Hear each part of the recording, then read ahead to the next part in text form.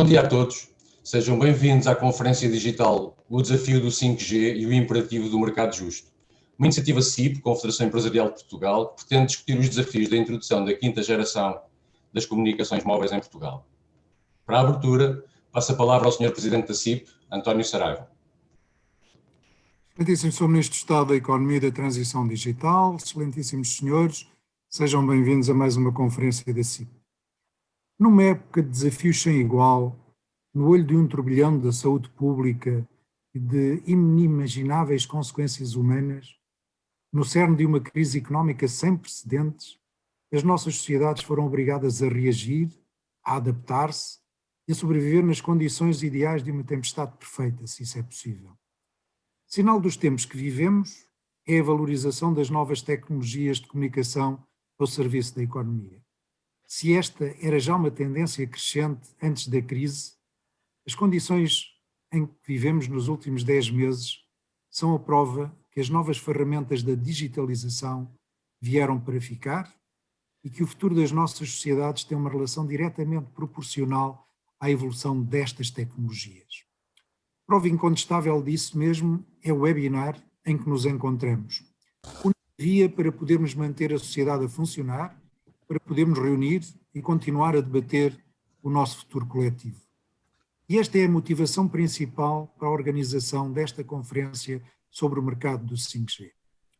Minhas senhoras e senhores, quero, por isso, começar por agradecer aos intervenientes desta iniciativa. Em primeiro lugar, ao Sr. Ministro da Economia, pela disponibilidade e amabilidade em dar o seu contributo para esta reflexão. Num tema que julgamos da maior importância para o futuro próximo da nossa economia e das empresas portuguesas.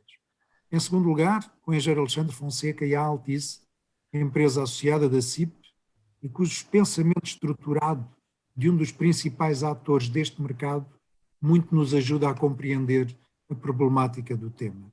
Igualmente, aos oradores convidados, o Dr. Pedro Mota Soares, o Dr. Jorge Pereira da Costa e o professor João Confraria, nos ajudarão a melhor interpretar a problemática da regulação e as suas consequências para a garantia de um mercado justo.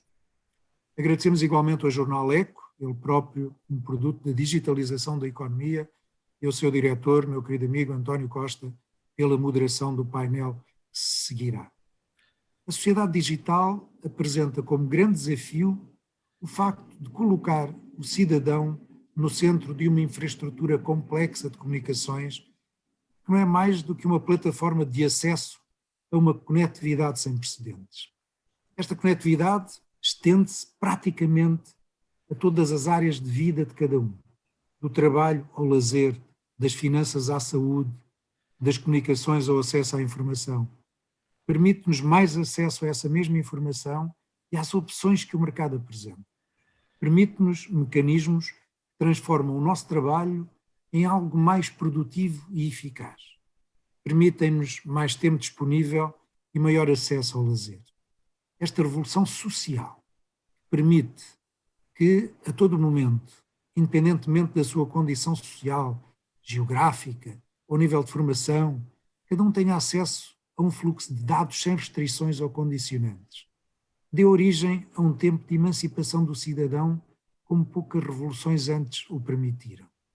A chegada do 5G acelerará, não tenho dúvidas, esta realidade a uma dimensão ainda nem sequer percepcionada pela maioria dos próprios cidadãos. Mas a tecnologia do 5G, que opera num determinado intervalo do espectro eletromagnético, implica a construção de uma nova infraestrutura da rede existente, só possível com o envolvimento de todos os seus intervenientes, do Estado ao regulador, do setor público às operadoras de telecomunicações. A geração de valor económico corrente deste investimento será gradual e repartida no tempo, em função do ritmo de introdução e desenvolvimento de novas soluções, pelos mais variados setores económicos da nossa sociedade. É neste contexto de profunda e estruturante transformação social e económica que ocorrerá o leilão do espectro que estará na base do futuro desenvolvimento da própria rede 5G. O que daí resultar condiciona não apenas o futuro das operadoras de telecomunicações envolvidas no mercado português, presentes e futuras, mas, sobretudo, na perspectiva da CIP, o potencial de crescimento económico das empresas nacionais, independentemente do seu setor de atividade.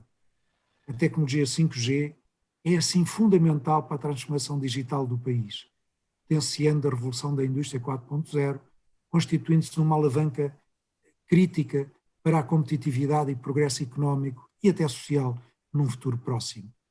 É, neste sentido, uma prioridade para a economia portuguesa e devendo ser igualmente uma prioridade para o país na próxima década. O país precisa de aceleradores como este para reforçar o crescimento e o emprego e para apoiar a recuperação do país no seu todo. De igual modo, é uma grande oportunidade, se adequadamente aproveitada, para a consolidação de um ecossistema empresarial nacional inovador e forte, alavancando nas múltiplas e promissoras aplicações desta tecnologia nos diversos domínios, seja no reforço empresarial, na reindustrialização, na digitalização de todos os setores, designadamente do retalho e distribuição, da logística ou na cadeia de abastecimento alimentar, que envolve produtores e uma série de atores que em muito podem beneficiar do investimento.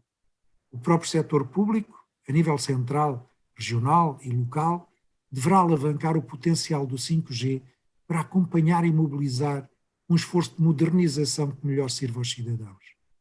É assim, com preocupação, que a CIP observa o clima de conflitualidade e litigação associado a um tema tão relevante para o futuro da nossa economia, que deveria ser, acima de tudo, mobilizador, agregador e gerador de investimento para o país.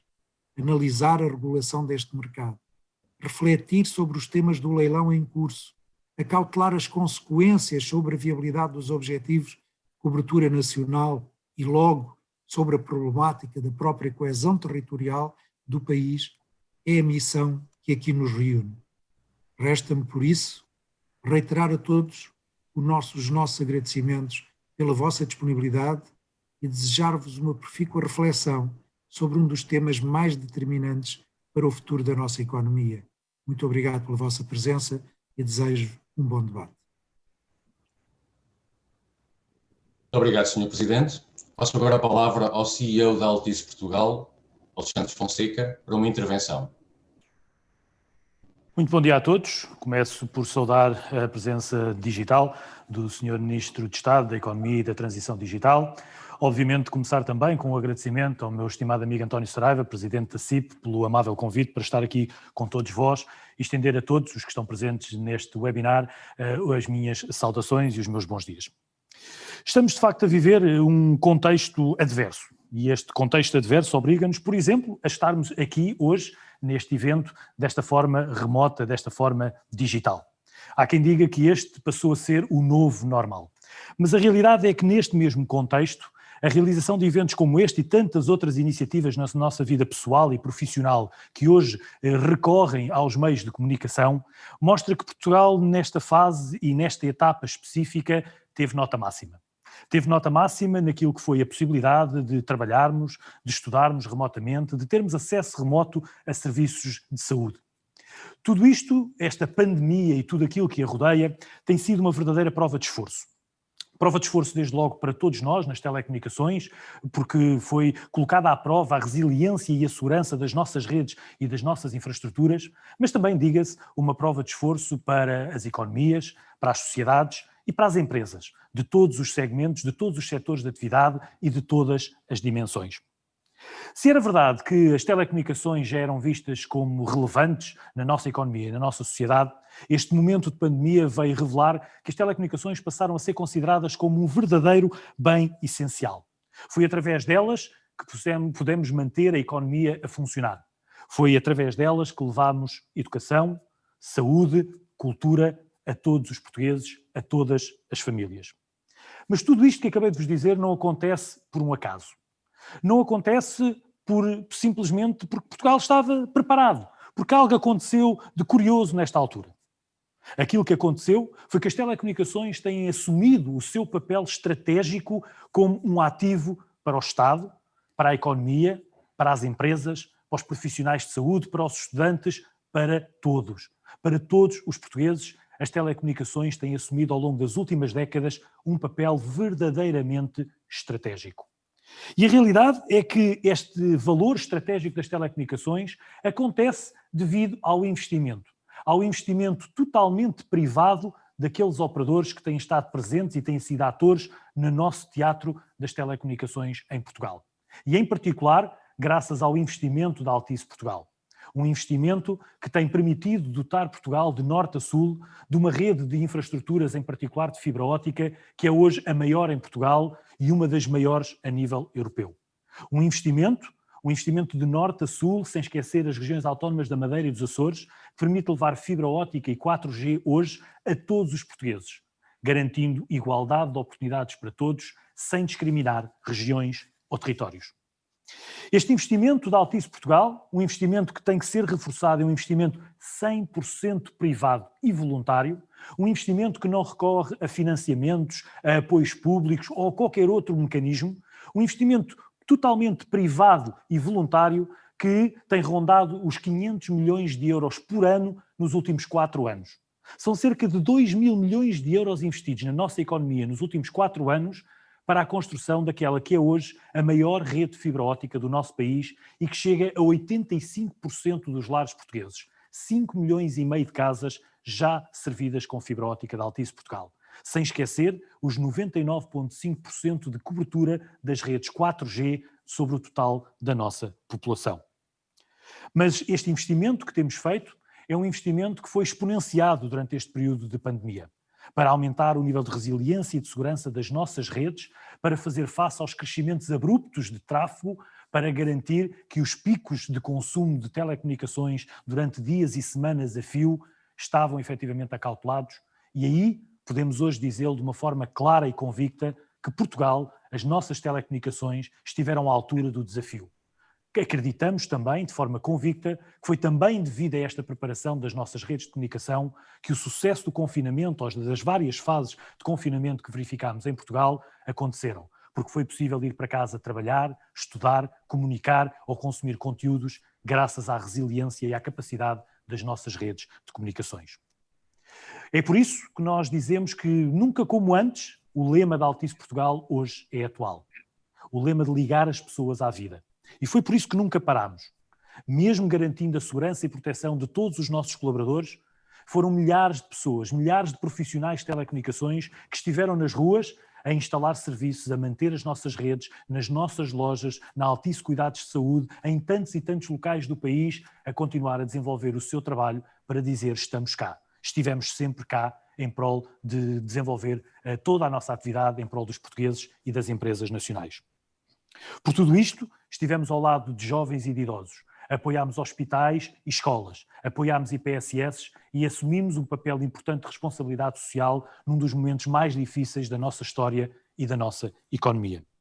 Tudo isto porque sabemos perfeitamente qual é o nosso papel e a nossa responsabilidade, não apenas durante o período de pandemia, mas assumimos a importância estratégica das telecomunicações e da Altice Portugal na construção de um futuro mais digital, de um futuro melhor, um futuro em que a transição digital seja um sucesso em Portugal. Esta é a nossa estratégia.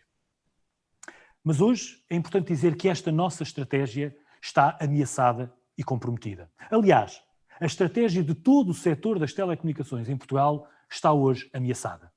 E esta ameaça tem uma origem numa só pessoa.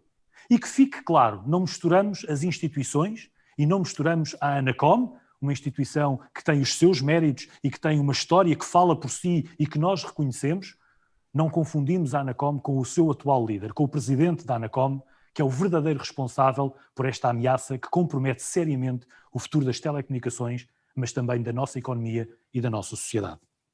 Os sucessivos erros na gestão de dossiês estratégicos das telecomunicações, onde o 5G é o seu expoente máximo, são verdadeiras ameaças não apenas para o setor das telecomunicações, mas para o desenvolvimento tecnológico do nosso país, para a nossa economia e para a nossa sociedade. Ameaças que podem ser irreversíveis. O setor das telecomunicações é um dos setores mais importantes da nossa economia. Emprega indiretamente cerca de 100 mil pessoas. É um setor que investe mais de 1.100 milhões de euros todos os anos. Um setor que vale quase 3% do PIB. Este é um daqueles setores em que, quando Portugal se compara com a Europa, Portugal é hoje dos países mais bem equipados em termos de infraestruturas de comunicação para suportar momentos como estes que acabamos de atravessar ou que ainda estamos a atravessar. Este é um resultado, como vos disse atrás, de um trabalho de décadas de 3 operadores privados que têm feito investimentos no nosso país na criação de infraestruturas que são fundamentais para a coesão do território e para a competitividade da nossa economia. Mas mesmo assim, mesmo com todos estes atributos, hoje o setor das telecomunicações está sob uma ameaça feroz, uma ameaça cerrada por parte do nosso regulador. E esta ameaça feroz e séria faz com que todos nós, todos no setor das telecomunicações, tenhamos que repensar o nosso futuro em Portugal. Sobre o dossiê do 5G que hoje aqui nos traz, eu gostaria de começar por deixar aqui bem clara a nossa posição. A posição, uma posição que aliás eu há quase 2 anos a esta parte tenho repetido, é que este 5G, este projeto do 5G, não é o 5G que a Altice Portugal defende para o nosso país. Este não é o 5G que nós acreditamos ser aquele que Portugal precisa e que Portugal merece. Na realidade, aquilo que falamos é que hoje estamos perante um regulamento que, desde logo, surge tardio, surge atrasado. E nós avisámos há mais de 1 ano a esta parte que más decisões, como por exemplo sobre a migração do TDT, nos levariam a estar na cauda da Europa. Este é um regulamento que não serve às empresas nem às pessoas. Este é um regulamento que serve apenas para cumprir alguns indicadores estatísticos que são apenas definidos na cabeça do líder da Anacom hoje.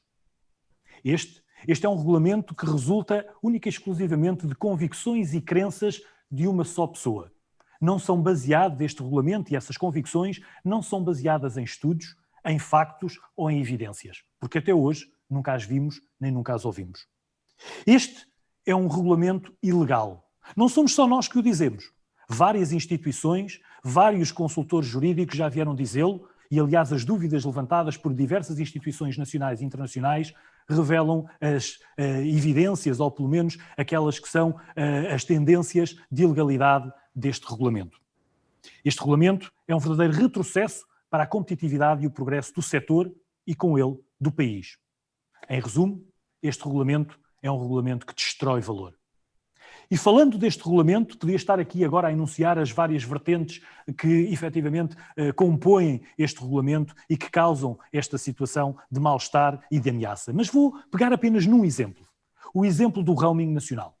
O roaming nacional, que é apelidado pelo nosso regulador como sendo o mais importante ponto para suprir as necessidades de conectividade do nosso país. Aquela solução milagrosa que vai levar a universalidade das comunicações a todos os portugueses. É importante que se diga, isto é falso, isto é demagógico. O roaming nacional só serve um interesse, o interesse dos novos operadores que querem entrar de uma forma parasita no nosso mercado sem criar valor, utilizando as infraestruturas privadas de quem investiu neste país ao longo das últimas décadas.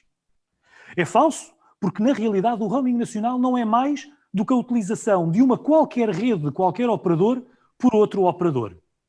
Mas nos locais, nas franjas da população em que hoje não há rede, vai continuar a não haver rede. É falso que o roaming resolve este problema, porque onde não há nenhum operador, vai continuar a não haver nenhum operador. O que resolve este tema da universalidade é algo que nós, na Altice Portugal, temos vindo a dizer nos últimos anos e que, aliás, é uma responsabilidade do regulador setorial promover, que é verdadeiros mecanismos de cooperação entre o setor privado e o setor público para garantir que franjas da população portuguesa têm efetivamente acesso à conectividade em condições de igualdade. Para chegarmos a esta franja da população portuguesa que ainda não tem conectividade, através de casos de sucesso, como aliás recentemente realizámos no Parque Nacional Peneda Gerês, em que a EDP, em conjunto com os 3 grandes operadores, sob a promoção do Ministério do Ambiente, levámos a cabo um projeto partilhado para garantir a universalidade da conectividade nesta região do país. Este é o verdadeiro exemplo do que se deveria fazer e do que deveria ser promovido pela Anacom. Mas não, ao invés, continuamos a promover este roaming nacional que promove única e exclusivamente a entrada de novos operadores. E depois diz-se, esta é uma boa prática a nível europeu. Mais uma vez, é falso. Que fique claro, só existem 3 países europeus onde o roaming nacional existe na essência e como é definido pelo nosso regulador. Em todos os outros, o que existe são acordos entre operadores privados, acordos entre empresas, como aliás acontece em Portugal. Nos 3 países em que o roaming nacional existe, 2 resultam de remédios face a operações de aquisição ou de fusão. E França, foi apenas circunscrito a um conjunto de regiões e está previsto o seu fim dentro de pouco mais de um ano, face ao insucesso das medidas que ele trouxe. Dito isto, e com este exemplo do roaming nacional, a realidade dos factos é que Portugal está atrasado no 5G. Já quase 2 dezenas de países europeus têm serviços de 5G ativos.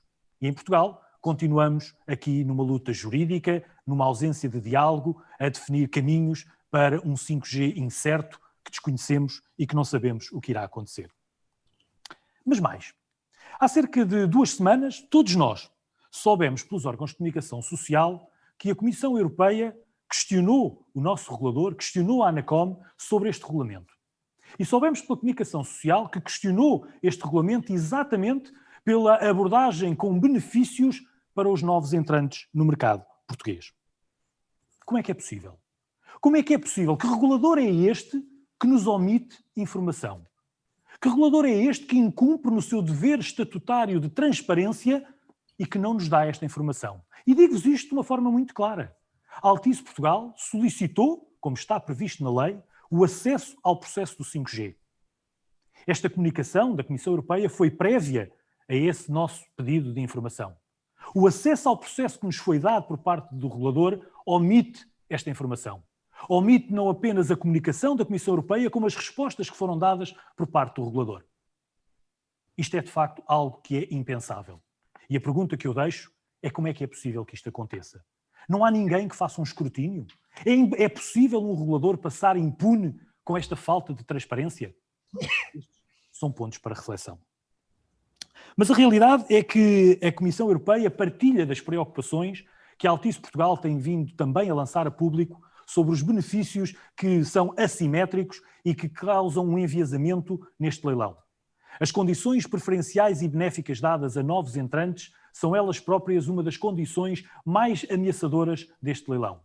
Porque vão criar condições para que novos operadores, vindos sabe-se lá de onde e que não conhecemos as intenções nem os objetivos estratégicos, que não têm um plano de investimento para Portugal, que não criaram um posto de trabalho, que não criam valor, que não criam nem emprego, nem valor para o nosso país, que possam de uma forma parasita utilizar as redes daqueles que cá têm estado neste país a investir, a criar valor e a criar emprego. Na minha visão, enquanto gestor, isto assume-se como nada mais, nada menos do que uma nacionalização encapotada das redes privadas de telecomunicações.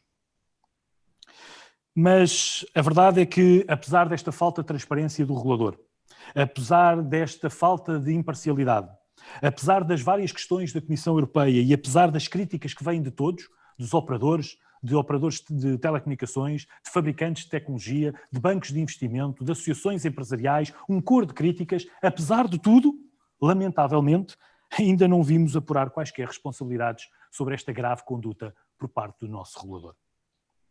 Minhas senhoras e meus senhores, este é um setor que se revelou relevante, crítico, essencial durante este período de pandemia para todos os portugueses. E esta relevância estratégica assume-se face aos avultados investimentos que este setor tem feito no nosso país.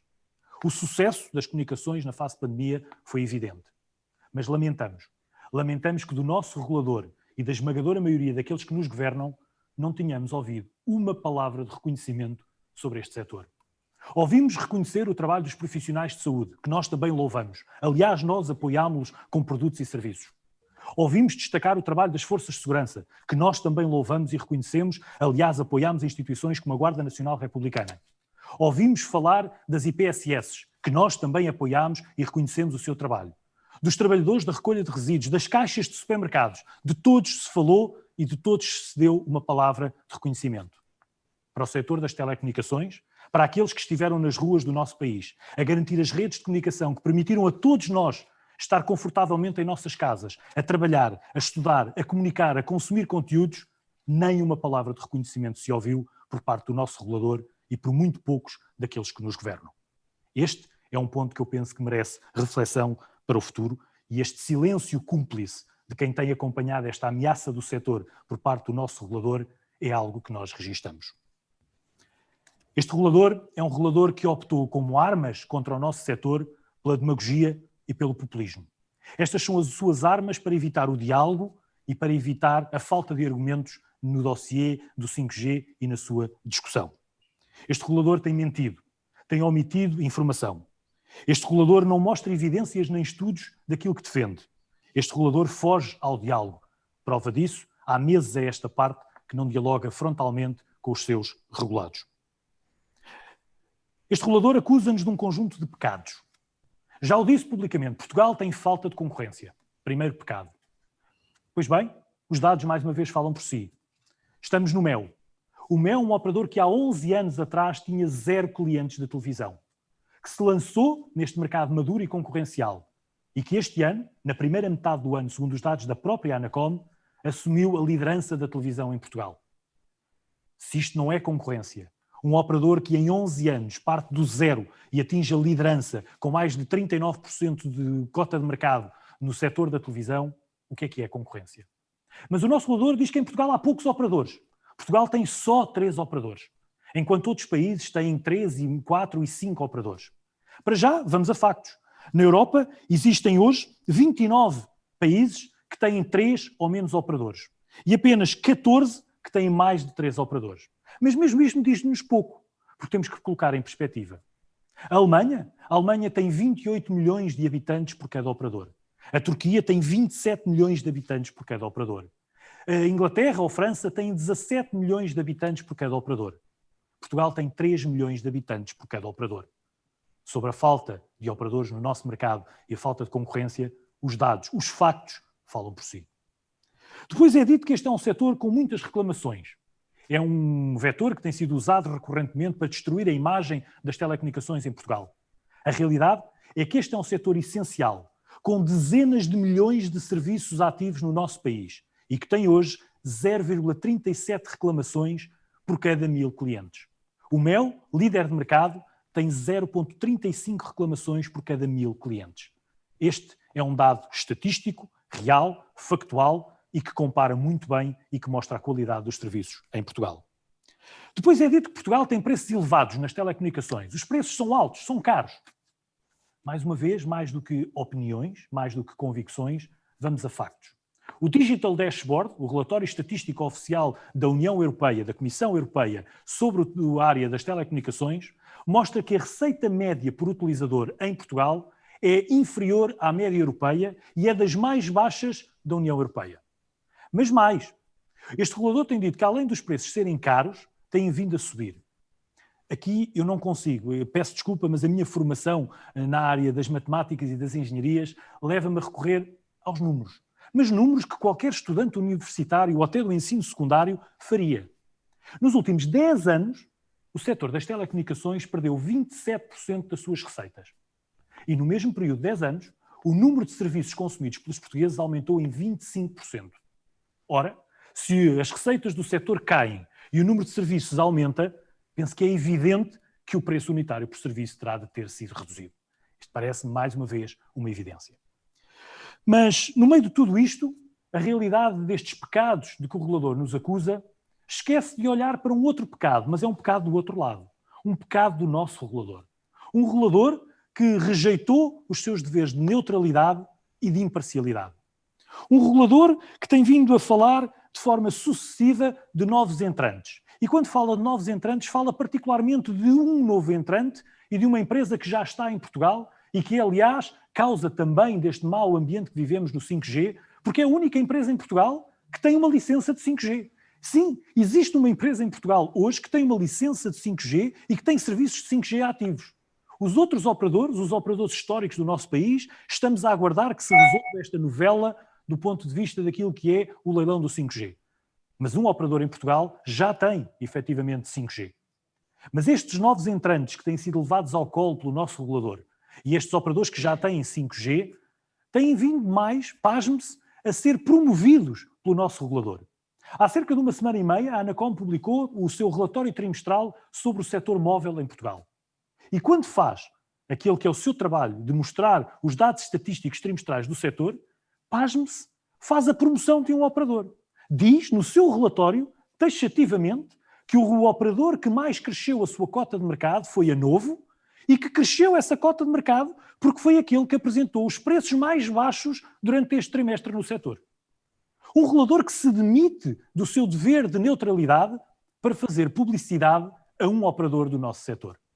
Algo que merece mais do que reflexão, merece mesmo uma investigação.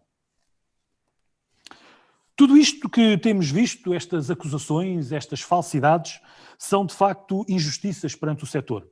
É um ataque ao setor que destrói valor, mas que ameaça a sustentabilidade, a inovação, o investimento, mas acima de tudo ameaça o emprego. E tudo isto que acabámos de ver sobre esta postura do nosso regulador, sem ter em 3 anos apresentado um único estudo de mercado.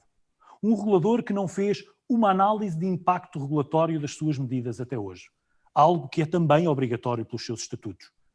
É esta a postura que temos tido por parte do nosso regulador. Mas felizmente que esta não é a visão dos portugueses, dos nossos clientes. Os nossos clientes que continuam a experienciar um conjunto de serviços inovadores, de primeira linha.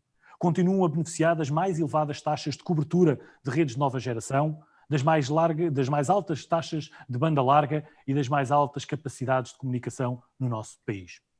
Felizmente também, este tem sido um setor que temos sido capazes de continuar a inovar, fruto do trabalho da engenharia portuguesa. Quero acreditar que alguns daqueles que nos governam partilham desta visão dos portugueses. Quero acreditar que alguns que nos governam estão também genuinamente preocupados com este ambiente hostil, com este ambiente de litigância e que, acima de tudo, estão preocupados com o futuro da economia e com o futuro do nosso país perante esta ameaça. Mas, pois bem, então este é o tempo de agir. É agora ou nunca. Que fique claro, o espectro do 5G ou qualquer outro não é um ativo da Anacom. O 5G é um espectro do país, é um ativo do país. A Anacom compete apenas fazer a sua gestão de forma eficaz e eficiente. Este é um ativo do Estado português e, como tal, esta é a altura de agir, mesmo que o momento político não seja o mais oportuno, mesmo que este seja um dossiê que seja incómodo politicamente. É agora que temos que agir, porque se não agirmos agora, seremos com certeza cúmplices daqueles que serão os impactos e as consequências desta ameaça e desta destruição.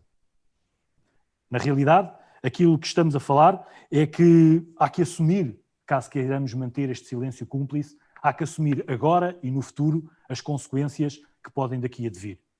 Aqueles que terão de assumir as consequências pelas decisões que forem tomadas e pelos seus impactos sociais e económicos. Aqueles que hoje optam por este silêncio e que esperamos que amanhã não venham a público dizer-se surpreendidos ou apanhados desprevenidos por um conjunto de medidas que irão claramente destruir o nosso setor e destruir com ele uma boa parte da nossa economia. Minhas senhoras e meus senhores, pelos nossos clientes, pela nossa economia, pela nossa sociedade, pelo progresso digital de Portugal, este não é o 5G de que Portugal precisa, este não é o regulador que Portugal merece. Muito obrigado a todos. Muito obrigado. Passamos de imediato para o debate sobre o desafio do 5G e o imperativo do mercado justo, que tem a participação de Jorge Pereira da Costa, partner da Hollenberger, João Confraria, economista e ex-administrador da Anacom, e Pedro Mota Soares, secretário-geral da Apritel. O debate é moderado por António Costa, publisher do Jornal Económico Digital Eco, a quem passo desde já a palavra. Ora, muito bom dia, bem-vindos. É um gosto estar aqui presente nesta iniciativa da CIP. Quero agradecer em nome pessoal e também do ECO, e particularmente num momento tão importante, como aliás ficou, eu diria, bem patente, bem expresso na intervenção de Alexandre Fonseca. Passo, por isso, desde já a palavra para uma primeira intervenções iniciais dos nossos 3 convidados, e dou a palavra a Pedro Mota Soares, presidente da Apritel. Pedro, por favor.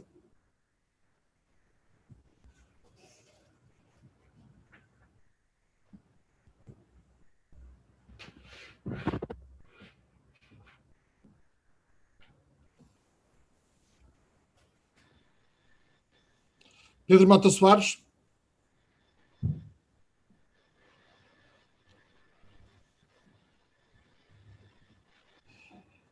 Nós não estamos a ouvir, creio, a intervenção, Pedro. Estará com o computador em mute?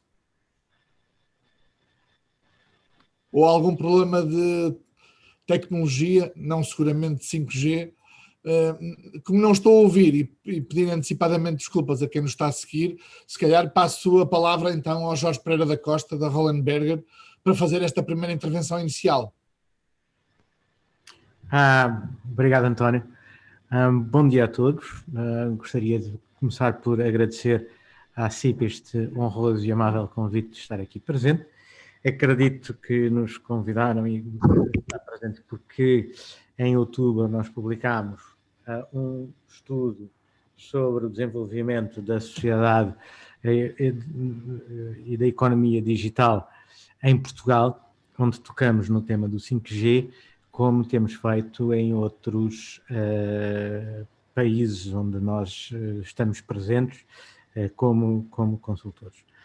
E, desse ponto de vista, o nosso trabalho, as nossas conclusões são as seguintes, quer dizer, Portugal precisa de não perder esta onda de transformação e desenvolvimento da economia digital. Existe um conjunto de soluções e de serviços que se fala à volta do 5G, mas cuja adoção vai demorar algum tempo até se materializar, e isso colocará um esforço bastante grande do ponto de vista de desenvolvimento de novas soluções, onde os operadores de telecomunicações têm um papel central. Porquê?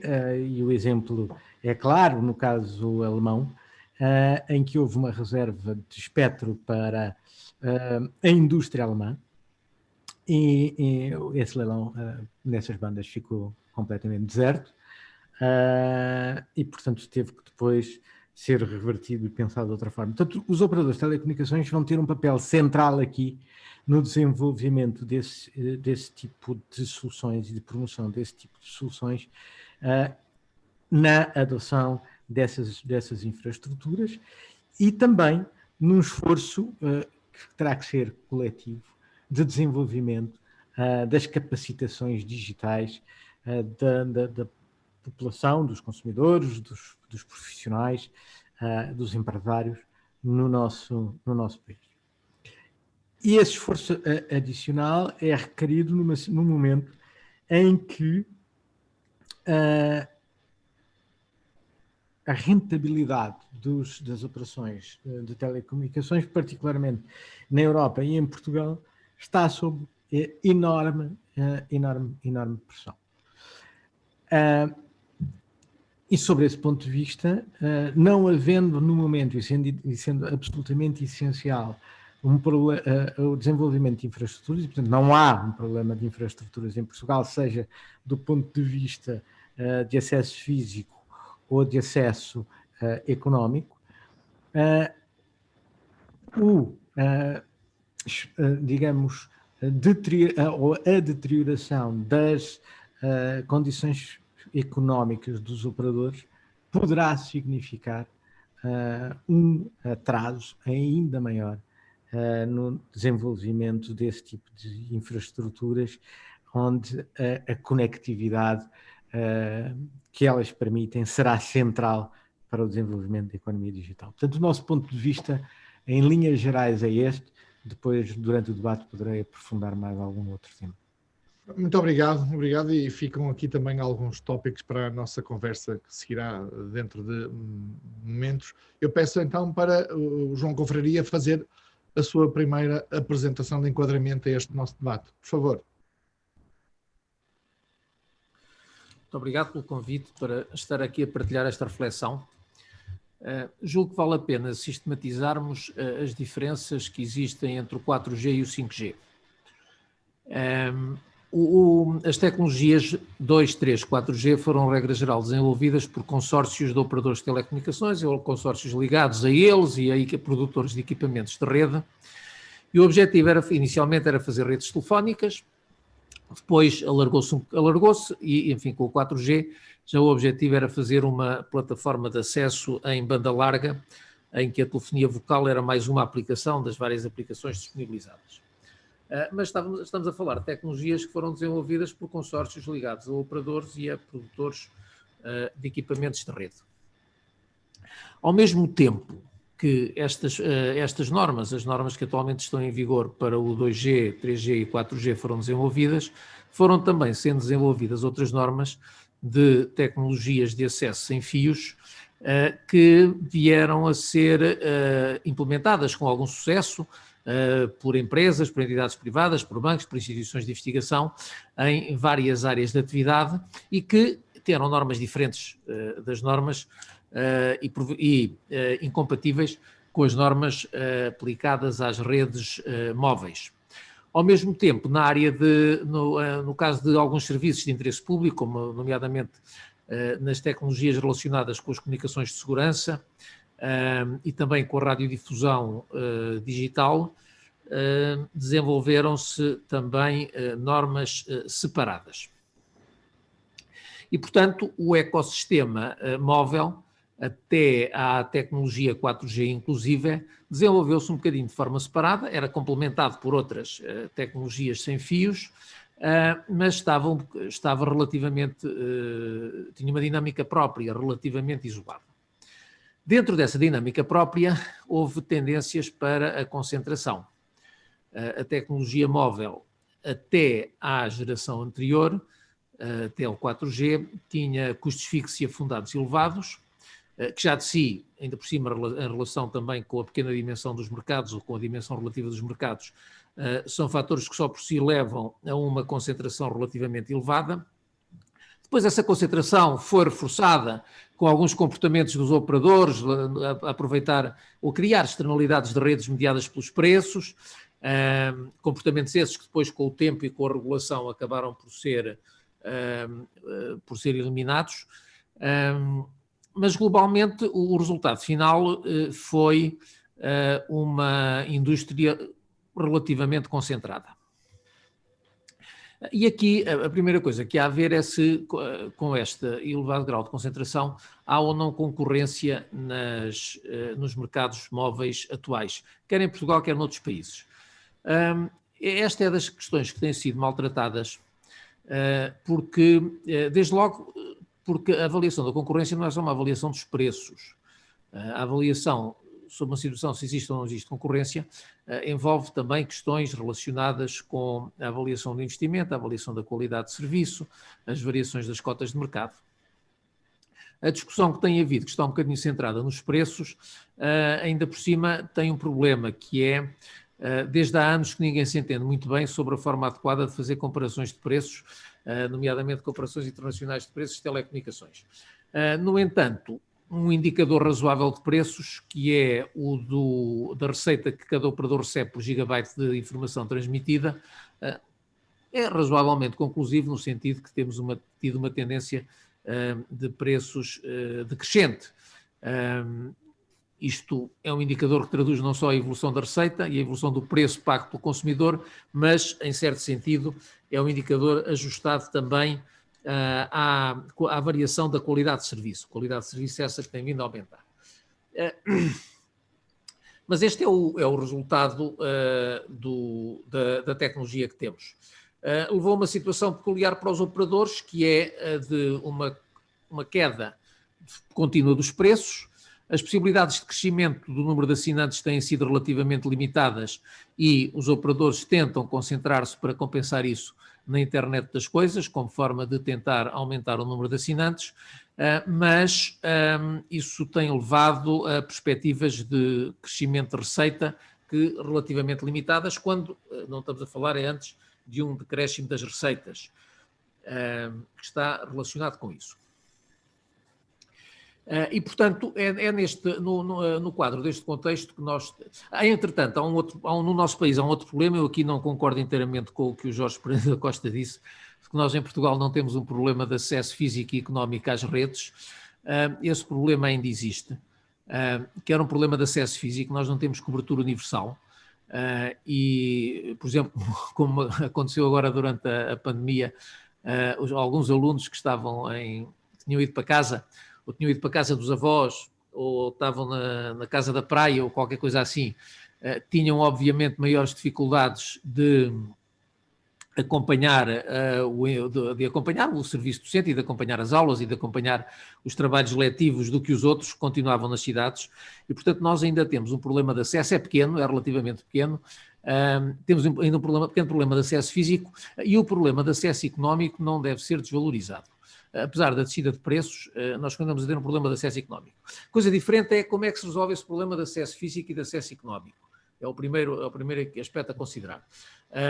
Poderia ser, acho eu que poderia ter sido resolvido de forma um pouco mais inteligente no regulamento do atual leilão do que aquela que foi seguida, mas julgo que é um problema que não está inteiramente resolvido. Nesse aspecto, a sociedade portuguesa está razoavelmente bem, mas julgo que o problema não está inteiramente resolvido. E depois não está inteiramente resolvido numa outra perspectiva que se relaciona com o 5G. A relação entre telecomunicações e desenvolvimento económico é uma relação que já é discutida há mais de 50 anos. Havia um professor americano, o homem era economista, não devia ter nada que fazer, e pôs-se a estimar relações entre a taxa de crescimento económico e a taxa de penetração das redes de telecomunicações, e depois na altura chegou assim a umas correlações a que ninguém ligou muito. No entanto, depois com o tempo, esse trabalho foi sendo refinado, e hoje em dia, quer o Banco Mundial, quer a Comissão Europeia, aceitam como bons e apresentam nos seus próprios documentos números em que se pressupõe claramente que as telecomunicações têm um impacto significativo no crescimento económico. Para a Comissão Europeia e para o Banco Mundial, regra geral, o que se aceita é que por cada 10% de crescimento na taxa de penetração tem um efeito positivo de 1,5%, 1 a 1,5% na taxa de crescimento, um aumento na taxa de crescimento económico de cerca de 1 a 1,5%. E isto aqui tem a ver também com o seguinte, que é até que ponto as nossas redes de telecomunicações favorecem a competitividade das empresas e favorecem o crescimento económico, quer a competitividade das empresas existentes e, portanto, até que ponto as nossas redes de telecomunicações ajudam a competitividade das empresas atuais e até que ponto ajudam a atrair investimento estrangeiro. A disponibilidade de uma boa infraestrutura é uma condição importante para atrair investimento estrangeiro desde sempre, e uma das coisas que temos que pensar é também no desenvolvimento de redes nesta perspectiva. Isto é particularmente importante para o 5G, porque o 5G não é só o 4G com esteroides. Não é só, evidentemente, que a performance das redes 5G espera-se que seja 10 a 20 vezes superior à performance das redes 4G, enfim, utilizando os indicadores que normalmente são utilizados para medir essas coisas com o devido respeito, que é a tecnologia, que é aquilo que mais interessa. Mas o 5G é mais do que isso, porque o 5G foi desenvolvido, aliás, num quadro completamente diferente do 4G. A norma em si foi desenvolvida não só pelos operadores de telecomunicações, não só por consórcios ligados também aos produtores de equipamentos de rede, mas foi desenvolvida por consórcios ligados a um conjunto muito alargado de interessados, nomeadamente na indústria. O 5G está ligado ao conceito de indústria 4.0 e, portanto, está ligado a toda a transformação tecnológica na indústria automóvel, na automação industrial, na aplicação de comunicações de segurança, na radiodifusão. E, portanto, o 5G é mais uma tecnologia modular, é mais um conjunto de ferramentas, ou pode ser entendido mais como um conjunto de ferramentas que é adaptável a diferentes circunstâncias e que pode ter um impacto muito significativo, ainda mais significativo do que aquele que a banda larga anterior ou que as gerações anteriores de banda larga tiveram e que as normas anteriores móveis, pode ter um impacto ainda maior na competitividade das empresas e na forma como as empresas se organizam e na forma como as empresas, e nas opções tecnológicas das empresas.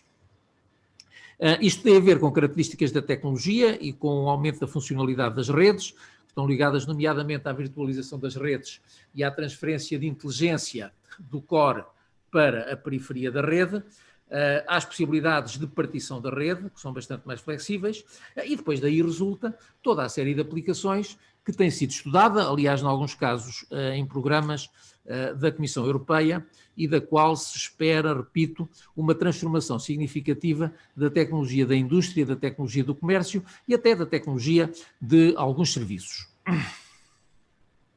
E, portanto, o 5G permite alargar a gama de serviços disponíveis e, eventualmente, alargar também a gama de prestadores de serviços. Não necessariamente operadores de redes, mas a gama de prestadores de serviços. Porquê? Porque as possibilidades de partilha são bastante maiores.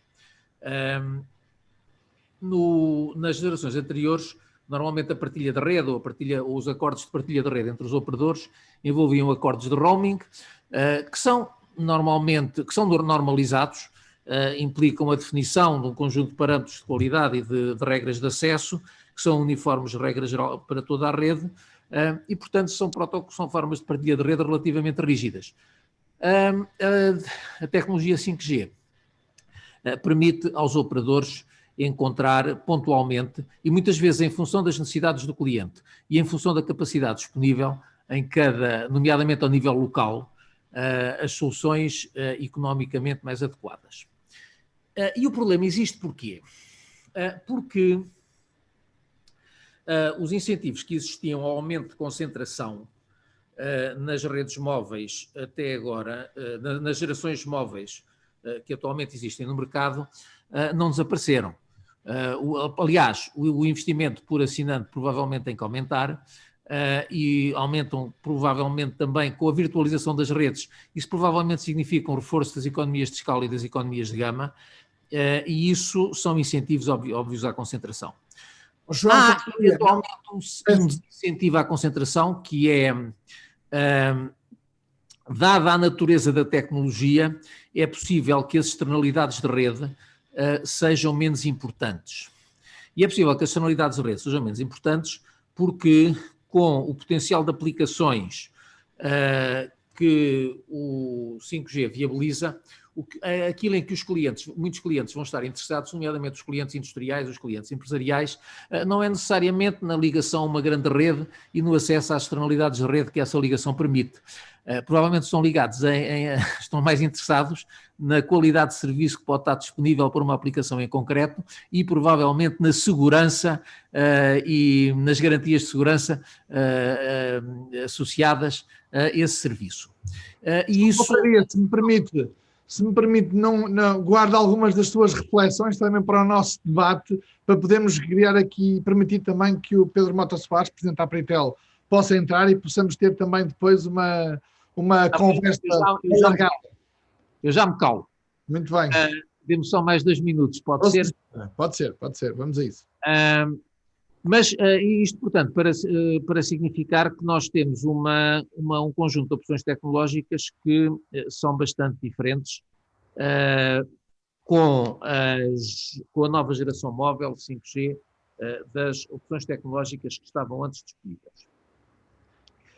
Isto levanta vários problemas do ponto de vista de regulação, que são, nomeadamente, qual é a avaliação que se faz da performance atual das redes móveis até às gerações atuais? A Anacom, de facto, não fez nenhuma avaliação desse género.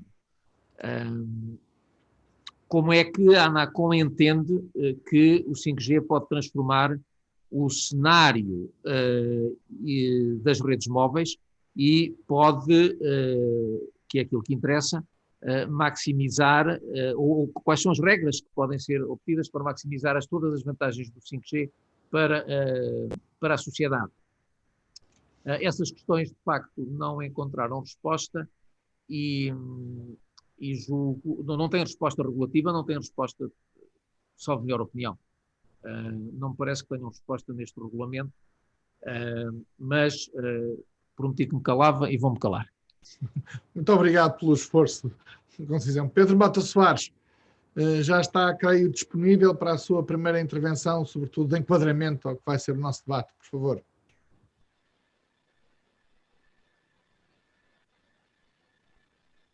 Continuo sem ter som de retorno, portanto espero, e sem informação sobre se o Presidente da Apritel está disponível ou não. Pedro Mota Soares.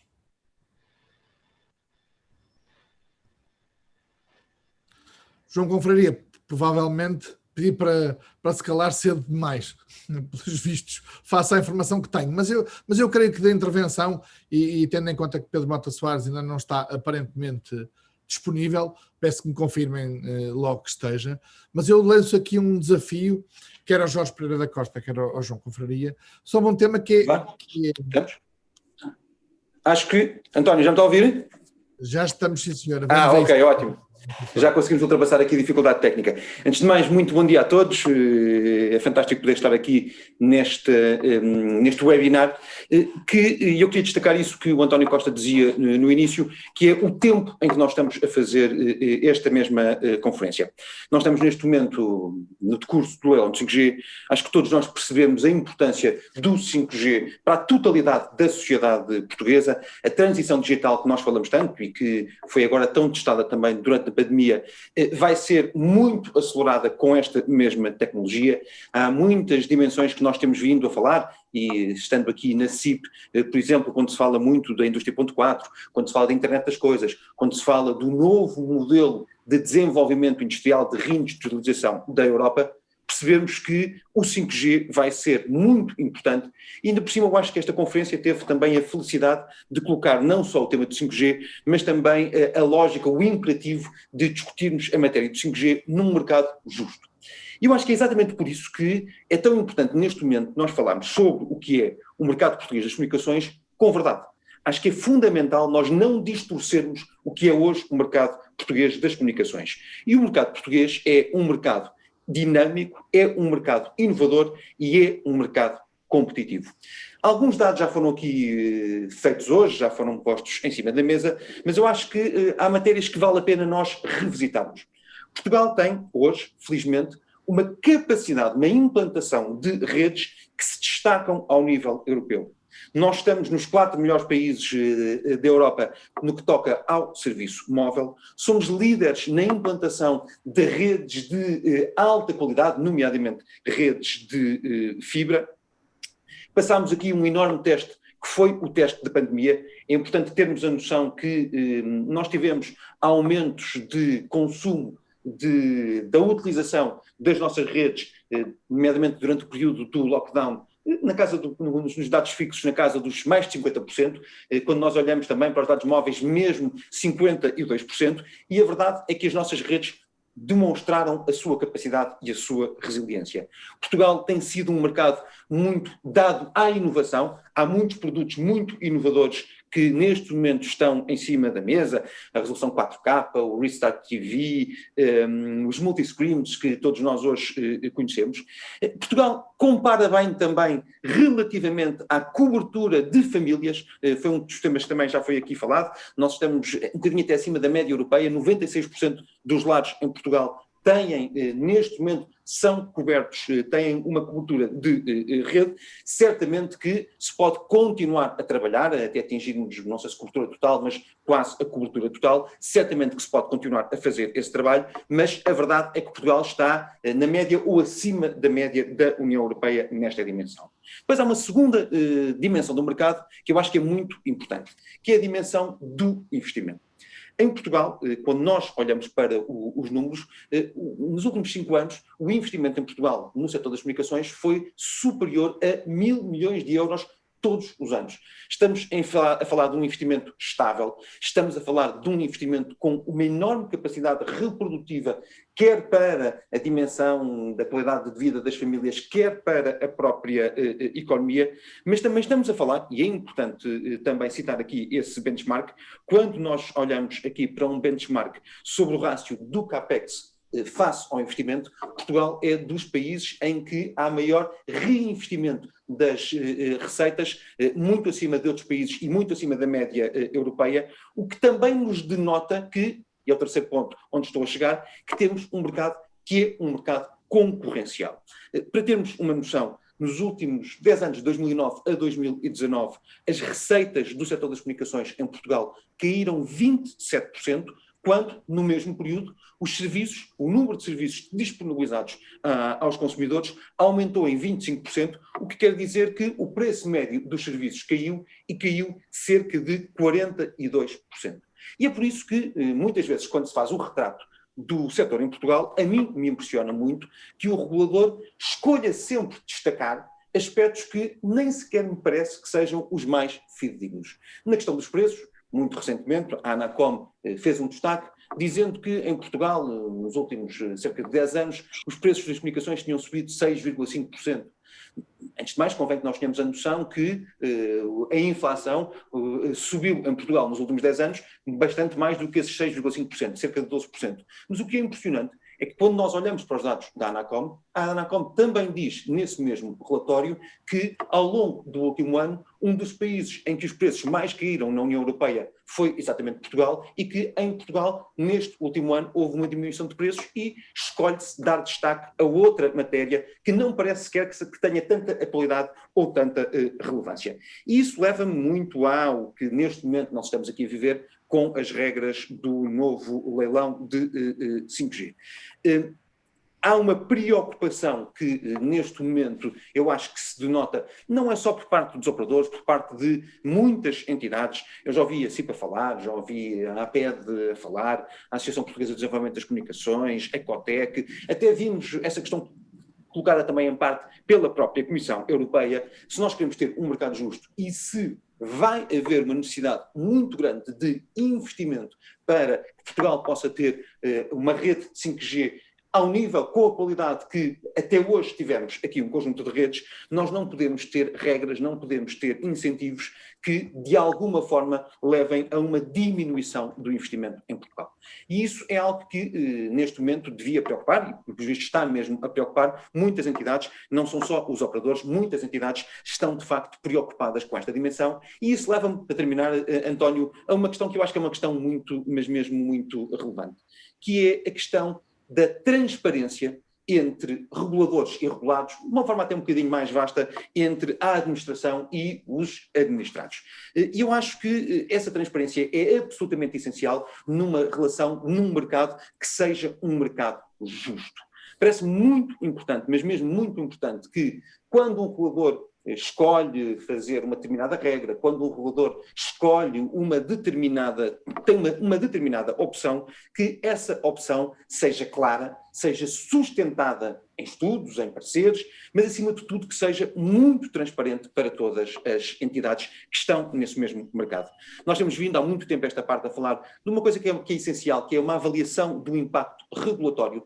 Todas as medidas que são tomadas sobre um regulador deviam ter previamente uma avaliação de impacto regulatório. Sabemos muito bem o que é que uma determinada medida tem como objetivo. Isso parece muito relevante para depois podermos medir se essa medida teve o efeito ou não teve o efeito desejável e, acima de tudo, dar também muita transparência a estas mesmas medidas para que não chegamos ao que nós hoje estamos a viver de regras que podem levar a que o investimento em Portugal, que tem sido um investimento a um nível muito elevado, daqui para a frente deixe de o ser, e isso seria muito negativo para a própria economia. Deixe-me dar só lá mais um exemplo que eu acho que é muito transparente. Até 2018, no plano plurianual de atividades que a Anacom sempre apresentou, este era apresentado com muito detalhe, com muita minúcia, sabendo efetivamente o que é que acontecia em cada semestre, em cada trimestre, quais é que eram as ações, quais é que eram os objetivos da Anacom. Parece-me uma boa prática, é uma boa prática internacional, os outros reguladores fazem exatamente assim,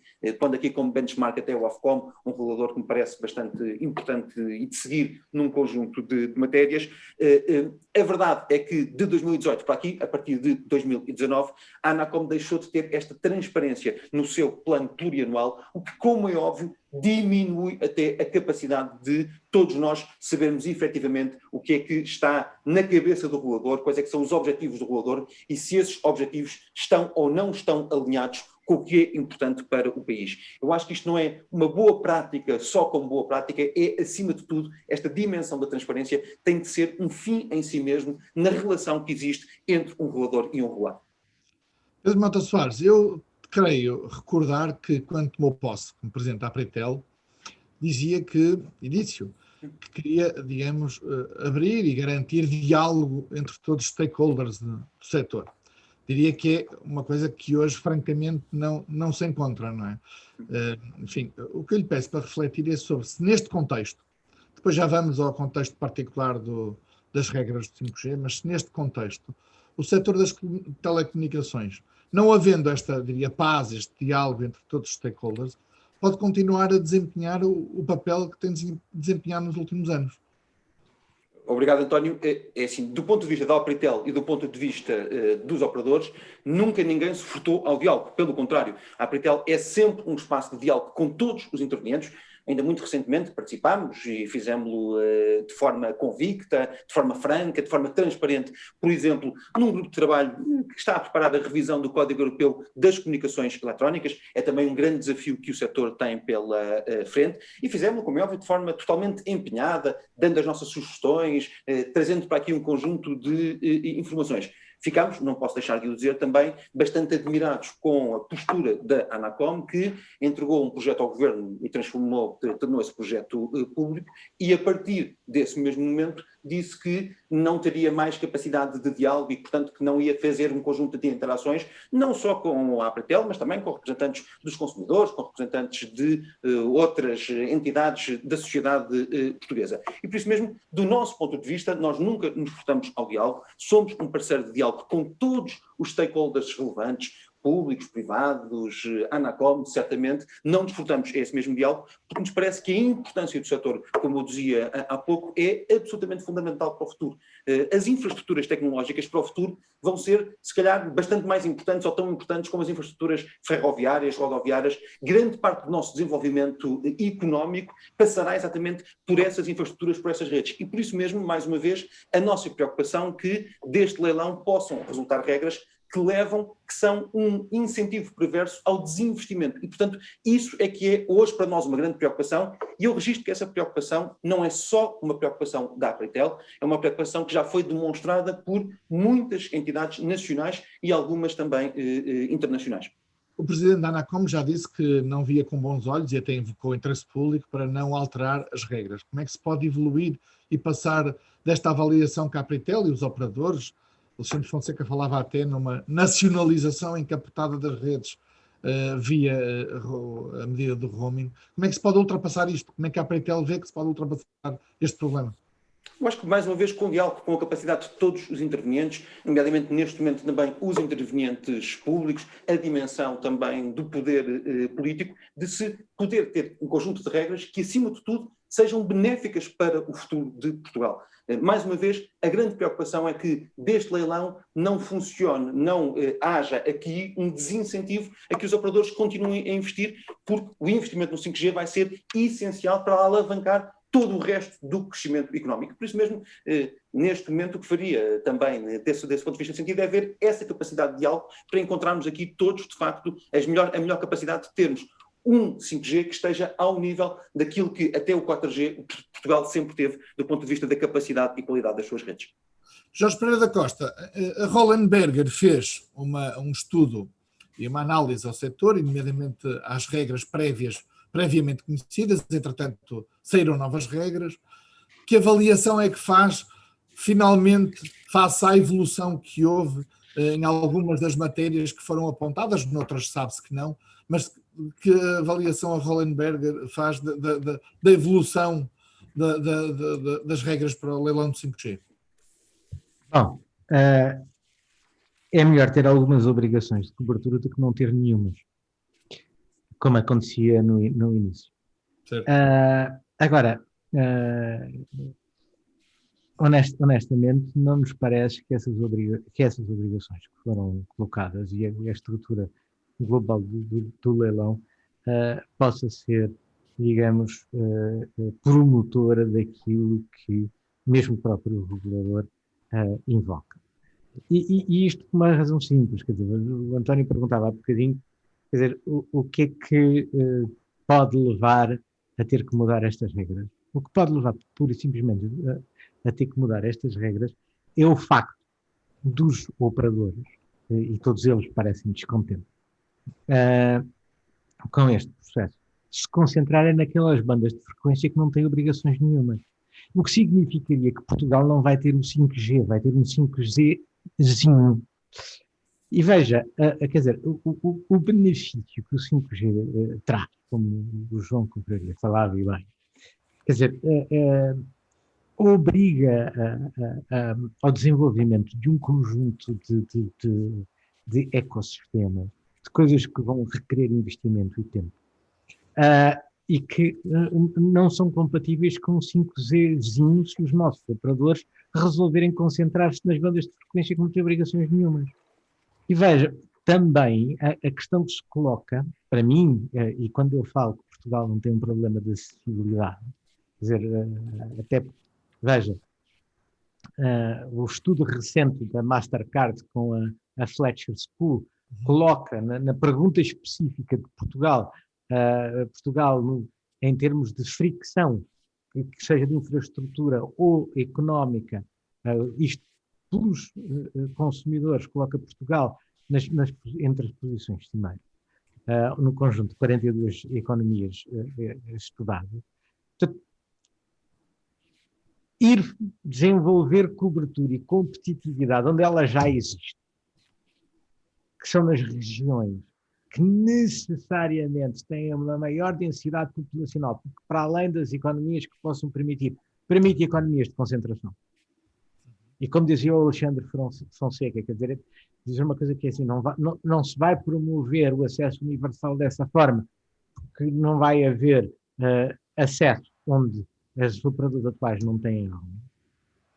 Se tivermos um 5G mitigado, um 5Gzinho, não vamos a lado nenhum. O ponto para nós fundamental é dizer o seguinte: bom, nós precisamos de facto nos desenvolver, porque, como disse bem o João Confraria, o 5G é diferente do resto. E ao ser diferente do resto, porque nasceu de forma diferente do resto, o 5G permite construir ecossistemas dos mais variados tipos de ecossistemas e aplicações, sejam elas produtivas, sejam elas sociais, que nós vamos utilizar. Agora, nós vamos utilizar isto lá na frente, é no futuro lá na frente. E relembrando, porque eu infelizmente já tenho alguma idade, em 2003 ou 2002, a mesma Anatel, quando foi da introdução do 3G, olhou para um aspecto que foi o desenvolvimento das aplicações das capacitações. E aquilo que é relevante e é preocupante é dizer o seguinte: olha, Portugal está, no mesmo estudo da Mastercard, que é de dezembro, não vou falar de outros indicadores, está na 32ª posição em termos de estágio de desenvolvimento do digital, em 90 economias, que representam 95% da população online. Okay? E está na 82ª posição do ponto de vista de ritmo de desenvolvimento da economia digital. E isso tem que ver, se você depois for ver os indicadores detalhados, nas 42 economias que foram estudadas, Portugal aparece em 36º lugar no comportamento do consumidor, na adoção dessas tecnologias. Então, quer dizer, aquilo que nós precisamos de apostar, do meu ponto de vista, e do ponto de vista da minha empresa, não é tanto na questão da acessibilidade física ou de preço, porque nós isso temos conseguido garantir e temos que manter condições para que isso se continue a desenvolver e não se deteriore, mas temos que apostar sim e fundamentalmente na capacitação das nossas pessoas, dos nossos profissionais, dos nossos empresários. Esse é o nosso ponto de vista. Portanto, na sua avaliação, resulta, no meu entendimento, que não é necessário... As normas atuais, como se vê por todas as afirmações que têm sido produzidas pelos operadores, não satisfazem. Não satisfazem o requisito que permite o desenvolvimento das nossas infraestruturas e do 5G. Falemos então desse mercado justo. O que é que acrescentava a estas regras de leilão para criar esse mercado justo e criar condições para esse sistema? Veja o seguinte, olha o que se passou.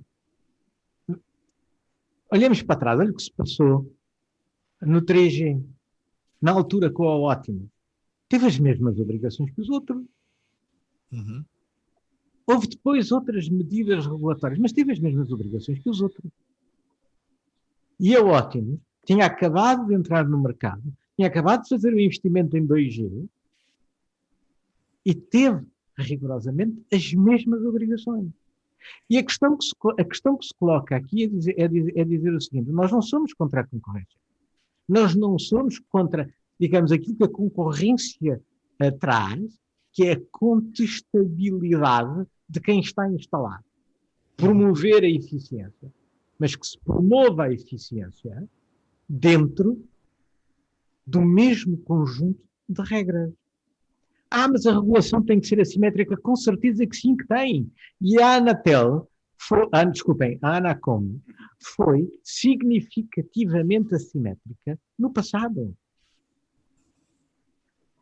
A Ótimos viveu a balões de oxigênio permitidos por reguladora, mas sem que isso lhe retirasse as obrigações de investimento e sem que isso permitisse que tivessem sido instalados no mercado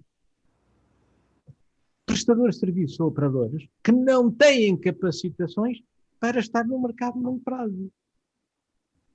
Que se faça, mas que se faça de forma eficiente. João Confraria tem particular conhecimento desta matéria porque foi ele próprio também administrador da Anacom. Eu coloco duas questões, até pegando também duas questões que estão interrelacionadas, obviamente, mas no contexto de acessibilidade física e económica. Portugal precisa ou não precisa de um quarto concorrente, de um quarto operador que faça este papel, conteste os três operadores de mercado? Eu não sei se concordo com a pergunta. A questão é a seguinte, João. Quando a regulação existe para resolver um problema e o problema tem que estar bem identificado. Certo. A Anacom, quando faz uma regra, tem que dizer exatamente qual é o problema que existe e por que razão é que acha que a regra vai resolver esse problema. E, portanto, se a Anacom diz que é necessário um quarto operador, tem que explicar por que carga d'água é que é necessário um quarto operador, claro, e porque é que, ou em que medida é que acha que um quarto operador vai resolver o problema que a Anacom acha que existe. Porque, repare, a evidência que há sobre isso até é razoavelmente ambígua. Há vários casos onde se forçou a entrada de mais um operador no mercado e os preços não desceram. Ou desceram no primeiro ano e no segundo e depois voltaram ao que era. Estas situações de se saber o que é a configuração natural do mercado são coisas complicadas. A economia portuguesa viveu com elas durante todo o século XX, em muitos setores industriais e não tem uma solução fácil. Agora, a regra que existe é, se uma entidade pública, numa economia de mercado, impõe uma restrição ao mercado, impõe uma restrição a agentes económicos privados, impõe uma restrição aos direitos de propriedade, faz uma regra que eventualmente pode implicar não a nacionalização, mas a expropriação, e a expropriação que depois pode se traduzir por uma transferência de valor para outro ou por uma pura destruição de valor. Quando se faz uma regra dessas, tem que se dizer exatamente porque é que se faz e com que fim. Julgo que aqui não está demonstrado que haja necessidade de um quarto operador. A quem compete essa demonstração é a Anacom e não a fez. Uhum. E na sua avaliação, isto é, a avaliação de uma dinâmica concorrencial no mercado, e até porque também esteve na Anacom e acompanhou, obviamente, toda esta evolução do setor. Mesmo não tendo a Anacom feito essa justificação, o que resulta claro destes objetivos é que a Anacom quer, eu diria, quase criar o mercado. Concordo consigo, não cabe à Anacom criar mercado, mas está a forçá-lo. Mas na sua opinião, na sua avaliação, mais do que opinião, avaliação, é necessário um quarto operador ou não? Não, mas é necessário fazer essa avaliação. A avaliação que me está a pedir não está feita. Certo. É que E isso é grave, em primeiro lugar, porque fazer essa avaliação prévia é um critério de boa regulação.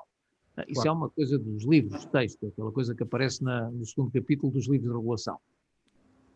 Mas aqui, neste caso, é pior, porque a falta dessa avaliação julgo eu, e salvo melhor opinião, é mais grave, porque o Código Europeu de Comunicações Eletrónicas estabelece que essa avaliação tem que ser feita. O Código Europeu de Comunicações Eletrónicas, o tal que a ANACOM se atrasou a transpor, aliás, acho que o prazo acaba agora no fim do ano.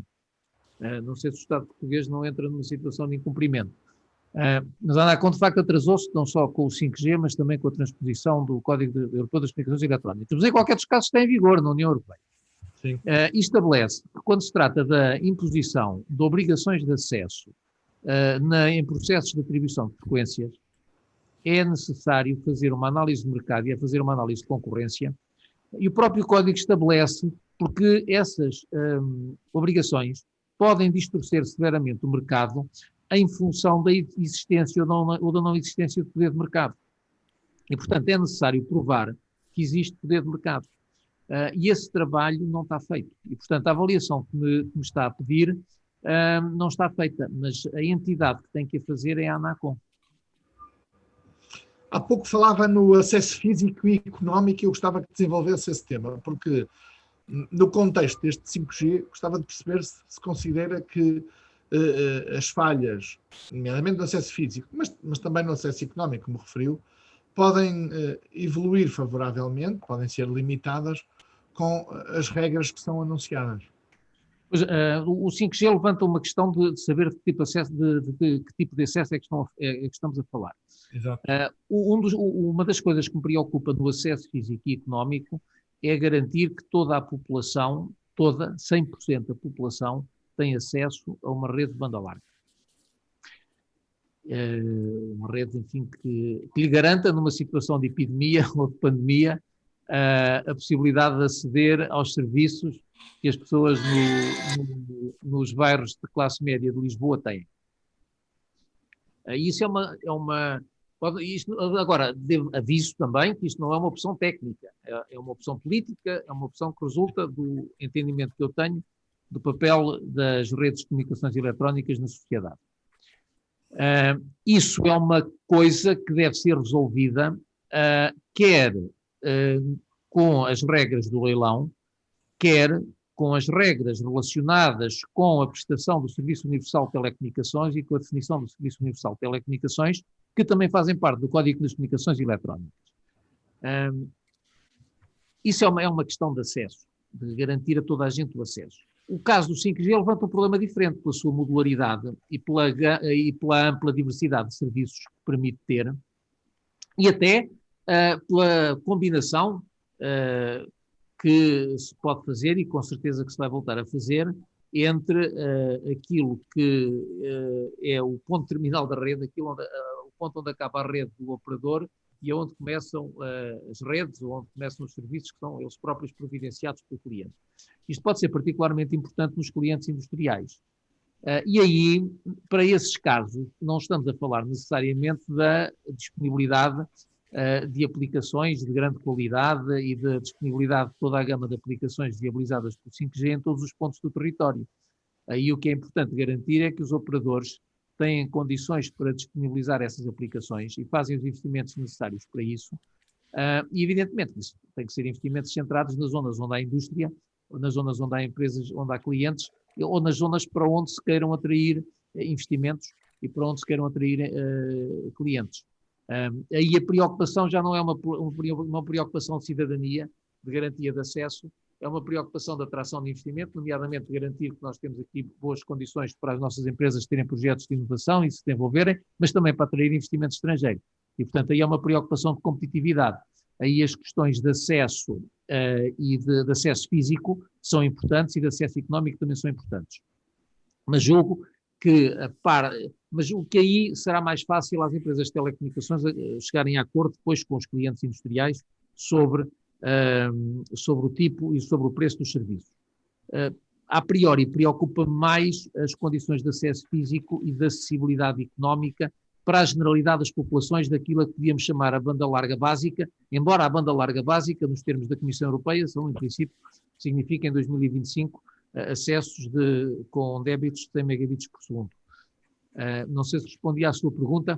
Sim, creio que sim. Acho que foi esclarecedor. Pedro Mota Soares. António, alguns... se me permite. Força. Só um comentário para complementar, que é o seguinte. Vamos lá ver. Não é pela... A regra do leilão hoje obriga os operadores incumbentes a 95% de cobertura se forem para determinadas bandas de frequência. Okay? E isso é aquilo que vai garantir que pode haver 5G em chaves, e eu não tenho nada contra os chaventos. Certo? Okay? Agora, a questão de dizer assim, os chaventos vão ter um serviço de 5G competitivo pelo facto de eu ter um quarto operador que tem uma obrigação de 25% de cobertura do território nacional e roaming a 10 anos sobre a rede dos outros, é como diz o João, isso não está demonstrado. E esse é o ponto.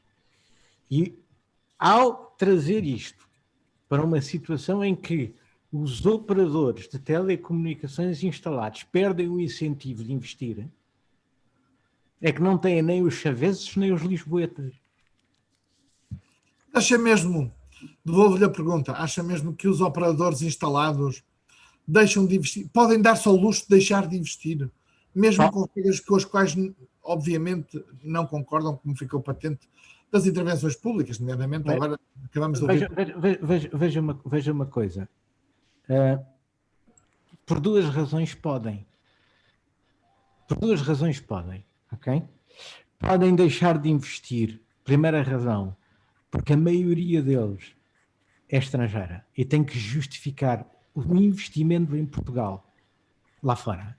Uhum. E a rentabilidade do investimento em Portugal lá fora. E, portanto, pode haver um operador que simplesmente desista de investir. Isto não é novo, já aconteceu noutras partes do mundo. Segunda coisa é dizer assim, eles podem, por isso simplesmente, concorrer às frequências que não têm obrigações. Estão no 5G... Mas não estão. É um 5G mitigado. Portanto, quer dizer, veja, esta coisa do dilema do prisioneiro, de que eles têm efetivamente que concorrer com medo que o outro não concorra, quando os três dizem que não estão de acordo com as regras, pode ser que corra mal. Eu não conheço as estratégias deles, não estou aqui a falar mas é público, não é? Sabe público. É mal. Agora, há uma outra coisa que é dizer assim, se eu estivesse na cadeira de alguns deles, eu tenho que explicar internacionalmente porque é que têm que investir em Portugal. Ouça, e eu conheço o caso de um operador que não conseguiu convencer, isto já há uns anos atrás, vários anos atrás, que não conseguiu convencer internacionalmente que fazia sentido investir em fibra óptica em Portugal. Depois acabou por reconhecê-lo muitos anos depois. Mas não fazia sentido investir. E a gestão portuguesa queria fazê-lo. Quase adivinho qual foi. Pedro Mota Soares, apesar de tudo... Voltando à sua questão. Uma das coisas que há preocupantes nisto é que, de acordo com a evidência que há sobre o impacto da regulação no nível de investimento, é de supor que a imposição de obrigações restritivas, muito restritivas, de acesso à rede, tenham um impacto negativo no nível de investimento. Ou seja, no passado, imposições de obrigações de acesso, regra geral, tiveram um efeito negativo no nível de investimento. E, portanto, você dir-me, não, o passado é uma coisa, o futuro é outra. Por isso é que é necessário perceber agora a evidência que vem do passado, e do passado não é da pré-história, é do passado dos últimos 10 anos, vai nesse sentido. E é por isso que é um pouco preocupante ver a imposição de obrigações de acesso à rede fora de um quadro conceptual coerente do que é que se entende como a performance desejável do mercado e dos operadores. Pedro Mota Soares, para lá de poder fazer aqui comentários ao que acabou de ser dito, eu quero sublinhar, e para trazer também esse ponto, que foi de resto também sublinhado, o regulamento do leilão evoluiu, nomeadamente no roaming, com algumas obrigações. O Jorge dizia, é melhor algumas do que nenhumas, apesar de tudo, evoluiu-se. Mas criaram-se condições, ou pelo menos criaram-se obrigações a novos entrantes para entrar no mercado, que, sendo como a Apritel e os operadores dizem, já muito competitivo, a entrada tem que ser suficientemente incentivada, porque senão é muito difícil entrar, mas ainda assim com obrigações. Isso não chega para proteger os operadores, digamos, de uma concorrência que os próprios classificam de desleal? António, eu acho... Desleal. Eu acho que, sinceramente, a questão está colocada ao contrário. Eu há pouco falava da importância de haver uma análise do impacto regulatório. Ora, se a Anacom acha isso, convinha que o conseguisse demonstrar do ponto de vista quantitativo, qualitativo, com estudos, olhando com verdade para o mercado português. O que a mim me preocupa muito é que, neste momento, se tenta dar uma imagem muito distorcida do que é o mercado português e parece que é para chegar a uma determinada conclusão. E isso é que nós não podemos aceitar. Deixe-me dar um exemplo muito claro que eu acho que toda a gente consegue perceber. A Anacom tem, sempre que fala sobre o tema dos preços, tem dito o seguinte: nos últimos 11 anos, é a série que a Anacom escolheu, não percebo porquê aqueles 11 anos, mas nos últimos 11 anos as comunicações em Portugal subiram 6,5% e na Europa caíram 11%. Não pondo aqui em causa que a inflação em Portugal nesse mesmo período foi de quase 12%, não estou a pôr isso aqui em causa, e portanto as comunicações até desceram no cabaz de compras das famílias, mas eu pergunto-me porquê que a Anacom não diz, e esse dado é um dado público, que nos últimos 2 anos as comunicações caíram em Portugal 5,3% e na Europa só caíram 0,8%. Ou porquê que a Anacom não diz, olhando para a série total, que é uma série que tem 23 anos, a série completa, que as comunicações nos últimos 23 anos em Portugal caíram 11,7%. E, portanto, a nossa preocupação, e por isso mesmo eu falo na necessidade de haver uma total transparência nestes mesmos processos, de haver uma análise prévia do impacto regulatório, é para que, de facto, Portugal possa ter as melhores regras para o futuro. Nós sabemos que há sempre uma enorme dificuldade nestas matérias. O investimento que vai acontecer agora em 5G é um investimento que vai ter uma capacidade reprodutiva daqui a algum tempo, daqui a alguns anos, e muitas vezes quando nós vamos fazer essa avaliação já passaram alguns anos, já passaram algum tempo, e por isso mesmo não se percebe tão diretamente este nexo de causalidade. Agora, ter regras que desincentivam este mesmo investimento, eu acho que são profundamente erradas para a totalidade da economia e para a totalidade da sociedade portuguesa. É importante que nós olhemos mais uma vez aqui para alguns dados. Penso que foi o Jorge Pereira da Costa que eu estava a referir há pouco. É importante que nós tenhamos a noção que o retorno do capital investido nas telecomunicações em Portugal é o mais baixo da Europa. É o mesmo que está ali nos lugares cimeiros do ponto de vista europeu. E, portanto, para um país que ainda por cima precisa de, muitas vezes, investimento, e até muitas vezes investimento estrangeiro, eu penso que é bem-vindo por todos. Espero que a Anacom também veja com bons olhos esse tipo de investimento. E ainda por cima é um investimento que tem a capacidade de ajudar a desenvolver Portugal. E, portanto, nós não podemos, de alguma forma, desvirtuar o que é o nosso mercado. E por isso mesmo, eu acho que o ponto está posto ao contrário. O ponto é, vamos olhar com verdade para o mercado e depois fazer regras que tenham, de facto, a ver com isso. E eu também compreendo uma coisa, olhando para o que acontece neste momento nas comunicações na escala europeia e à escala de até de outras geografias, eu vi há muito pouco tempo nos Estados Unidos até haver um movimento de concentração. Os Estados Unidos tinham 4 grandes operadores nacionais, passaram a ter 3 grandes operadores nacionais. Quando nós olhamos para... Agora, não é? E quando nós olhamos para muitas das normas da Comissão Europeia sobre o mercado único e sobre o mercado único digital, uma das matérias que a Comissão Europeia chama a atenção muitas vezes é para a existência de muitos operadores. E, portanto, como é óbvio, nós também temos que perceber essas próprias dinâmicas de mercado. Agora, essencial é nós falarmos com total transparência. E, por isso mesmo, o ponto de se conhecer a atuação da Anacom, eu, ao que sei, que tem vindo a público, a própria Comissão Europeia, no âmbito deste processo, também levantou dúvidas, também levantou aqui algumas questões sobre esta mesma mesma matéria e sobre essa dimensão, e, portanto, a nossa preocupação é que Portugal possa ter, deste leilão, a maior capacidade de poder fazer investimentos que são muito importantes para o desenvolvimento do país. E é por isso mesmo que eu não me canso de o destacar, que eu tenho visto com preocupação também tantas tomadas de posição de entidades muito diversas, entidades de setores económicos muito distintos, setores industriais, setores tecnológicos, setores de serviços, que de facto neste momento estão preocupados com o que isto pode significar para o futuro de Portugal. E, portanto, a nossa grande preocupação é essa. Eu não posso deixar de lhe lançar também esta pergunta, porque é mesmo a APRITEL que tem que refletir sobre este tema. Há muitas intervenções, como disse, ainda não ouvi nenhum membro do governo que tutela esta área. E nós temos, eu quero sublinhar, 4 governantes com esta pasta, não é? Direto ou indiretamente, isto é. Estou a incluir o Ministro da Transição Digital, o Secretário de Estado da Transição Digital, o Ministro das Infraestruturas e Comunicações e o Secretário de Estado das Comunicações. São muitos governantes e ainda não se ouviu, ao fim destes meses, diria, uma palavra pública sobre um processo que está a dividir de uma forma óbvia, como já ficou claro nesta nossa conversa. A APTEL espera que o Governo tome uma posição, e que tipo de posição?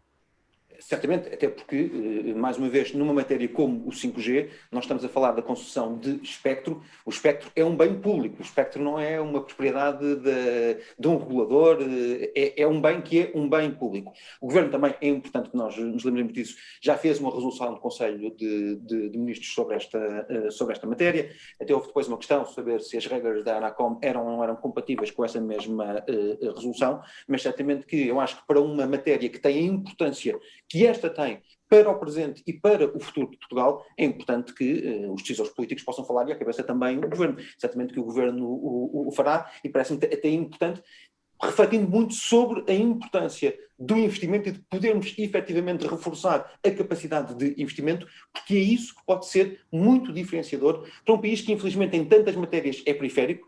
Nós muitas vezes, olhando para a economia europeia, somos periféricos em algumas matérias, não temos de ser periféricos numa matéria que onde ainda por cima Portugal compara francamente bem do ponto de vista da resiliência e da capacidade das suas redes com outras entidades europeias. Temos outras matérias onde não comparamos tão bem, já foram aqui elencadas, matérias que têm a ver com literacia digital, matérias que têm a ver com, muitas vezes, com esse próprio conhecimento e adaptação, nomeadamente num tecido empresarial de muitas pequenas e médias empresas e de muitas microempresas, do que é e do que tem de ser também o próprio comércio digital. Sabemos que não comparamos tão bem nessa matéria, mas nesta comparamos bem, e era importante que continuássemos a comparar bem, porque isso pode ser essencial para dar uma centralidade ao nível da União Europeia de Portugal. E, portanto, a preocupação é maior ainda por isso mesmo. Eu quero lançar aqui um tema mais de instrumento de competitividade ao João Confraria e ao Jorge Pereira da Costa. João Confraria tocou nesse ponto na sua intervenção inicial, a capacidade que o 5G pode ter de dar competitividade, digamos, e nomeadamente empresarial, atração de investimento estrangeiro. Estamos numa espécie de um impasse. Isto pode, e num contexto que já não é fácil por si só, independentemente de 5G, pode ter aqui um efeito eu não diria de atraso, ou de adiamento da evolução económica e do desenvolvimento do país.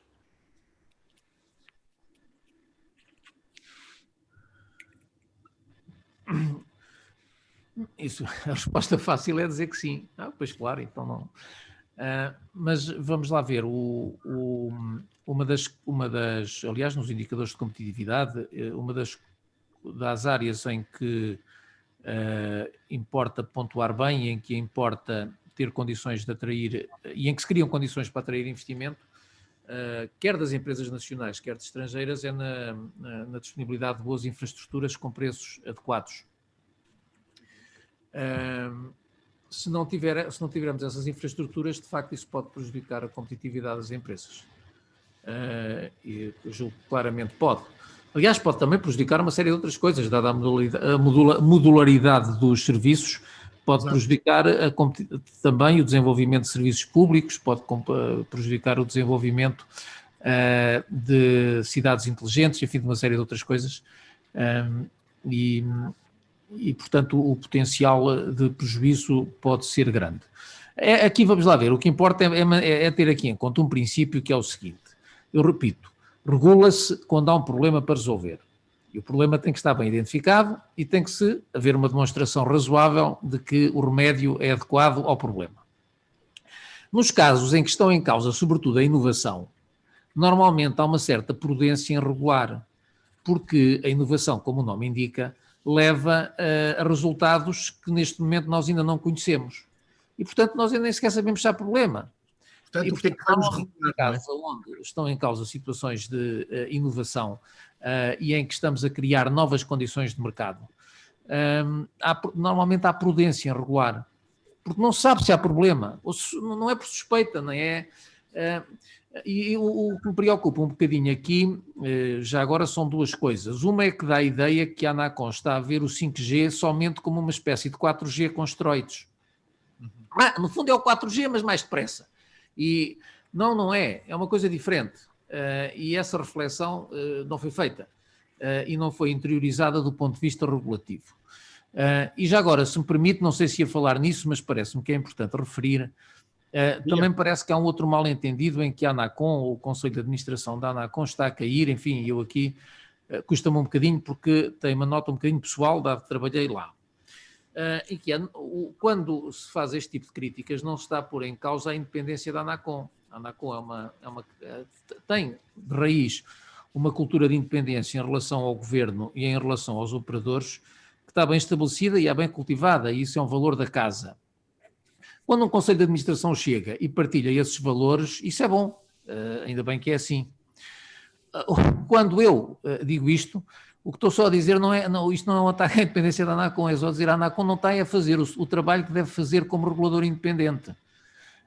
E julgo que fez um regulamento com uma análise um pouco superficial do que é o 5G. Julgo que basicamente está a ignorar a pergunta que me está a fazer. Está a olhar para o 5G somente como aquilo é o 4G, é mais depressa, é assim uma coisa mais rápida, mas não é mais nada. E, portanto, está a ignorar todo o potencial de transformação e de inovação que está associado à instalação de tecnologias 5G.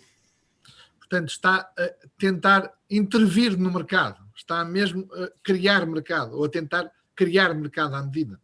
Não está a criar mercado à medida, está a tentar pôr um fato numa realidade que não conhece. É como se fosse uma alfaiate a fazer um fato para uma pessoa que não conhece.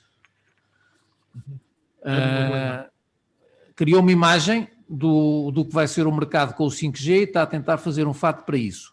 Só que essa imagem nós não sabemos qual é, porque não está escrita, e parece-me que pelo tipo de regulamentação que está a ser introduzida, ignora ou aborda com muita superficialidade os aspectos tecnológicos, empresariais, de inovação associados à introdução do 5G.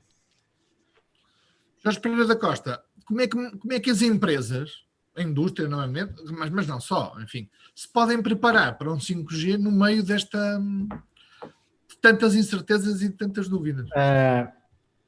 Bom, dificilmente, não é? Isso... Vamos ver, eu vou voltar a tocar nos meus mesmos pontos. No final da década de 90, parece que estou pré-histórico, mas vou ilustrar isto. No final da década de 90, eu fui à Irlanda e surpreendi-me porque não havia uma única autoestrada a ligar as duas principais cidades do país. E Portugal já estava no seu programa de construção de autoestradas por lá. E não foi por isso que a Irlanda se atrasou. Porque apostou noutras coisas. E depois pôs lá as autoestradas. A questão aqui é dizer o seguinte: onde é que é a diferença no 5G? Como o João Confraria dizia, o 5G deriva de normativos construídos por uma série de outras indústrias para além das telecomunicações. E o que está em causa é a construção de plataformas de conectividade. Sim. Não só criando ecossistemas industriais ou agrícolas ou comerciais, mas com os próprios utilizadores. E para isso, essas plataformas de conectividade que as empresas, as indústrias precisam de construir, precisam de capacitação. E precisa de quem o faça.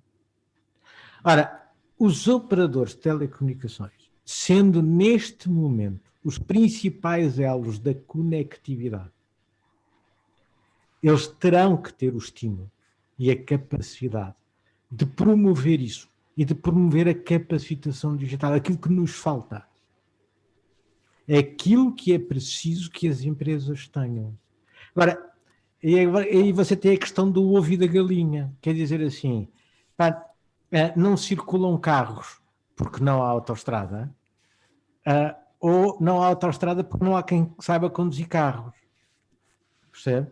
E a questão aqui é assim, é preciso haver um estímulo coordenado para poder fazer essas coisas. Isso é muito mais relevante neste momento do que o resto. Um atraso no 5G vai ser um atraso de quem tem essas capacidades e que está em Portugal de o poder fazer porque não tem meios de conectividade que o assegurem.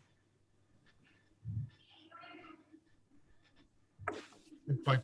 Pedro Mota Soares, estamos a chegar ao fim desta nossa conversa. Quero lhe perguntar se, face à avaliação de ausência de identificação de um problema que aparentemente a Anacom quer resolver, não o tendo identificado previamente, face ao regulamento que evoluiu e que já está, aliás, aberto para concurso e para as empresas se apresentarem a concurso. Ainda é possível, o país ainda vai a tempo, se assim posso dizer, para alterar este quadro em que se está a viver?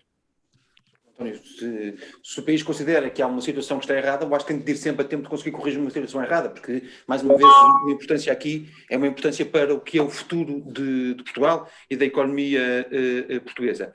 E, portanto, acho que isso irá sempre. Agora, muito importante também é nós percebermos, e eu acho que este processo demonstrou isso de uma forma bastante clara, que quando se fazem intervenções, quando se quer uma mudança qualquer, convém que se justifique efetivamente essa mudança, que se a Anacom considera que há um problema, convém que consiga identificar esse problema e não que tente desvirtuar, fazer um bocadinho uma mistificação sobre o que é o mercado, para depois ter um conjunto de remédios que não querem corrigir uma doença que não existe. E isso, para nós, continua a ser uma grande preocupação e por isso mesmo, mais uma vez, o ponto de ter uma relação sempre de absoluta transparência entre regulados e reguladores. Nós sabemos que a relação entre os regulados e reguladores, pela sua natureza, é uma relação que implica diálogo, mas também tem sempre alguns pontos de fricção, isso é assim em qualquer mercado, mas é fundamental que toda a atuação do regulador seja pautada por essa total transparência do que se quer do ponto de vista dos objetivos. E eu acho que isto não é uma boa prática, não é uma coisa só de dizermos, internacionalmente também é feito, é um fim em si mesmo. Na lógica da relação que tem de existir entre a administração e os administrados, esta necessidade de permanentemente se justificar o que é o objetivo que nós queremos atingir e depois, também nesse sentido, os processos para lá chegar são absolutamente essenciais e isso parece-me que não tem vindo a acontecer. E isso, como é óbvio, é uma preocupação grande hoje e para o futuro. Muito bem, enfim, arrisco dizer, sem arriscar muito, que a Anacom está a seguir este nosso webinar e, portanto, ficaram aqui um conjunto de desafios que nós próprios e também no ECO faremos também questão de fazer chegar à Anacom sob a via de perguntas para tentar esclarecer e para responder, no fundo, às dúvidas que foram aqui identificadas. Creio que, como última nota, de facto, do que disse o João Confraria, o Jorge Pereira da Costa e o Pedro Mota Soares, para lá do Alexandre Fonseca, é necessidade de mais informação para justificar o que foi decidido e para que todo o mercado perceba o que foi decidido. Enfim, encerro da minha parte este nosso debate e agradeço aos três a vossa presença. Obrigado. Obrigado. Paulo. Muito obrigado. Ao contrário do previsto na intervenção do Sr. Ministro de Estado da Economia e da Transição Digital, encerramos assim a nossa conferência de hoje. Agradecemos a todos os participantes as excelentes intervenções e agradecemos também a todos os que nos acompanharam online. Muito obrigado.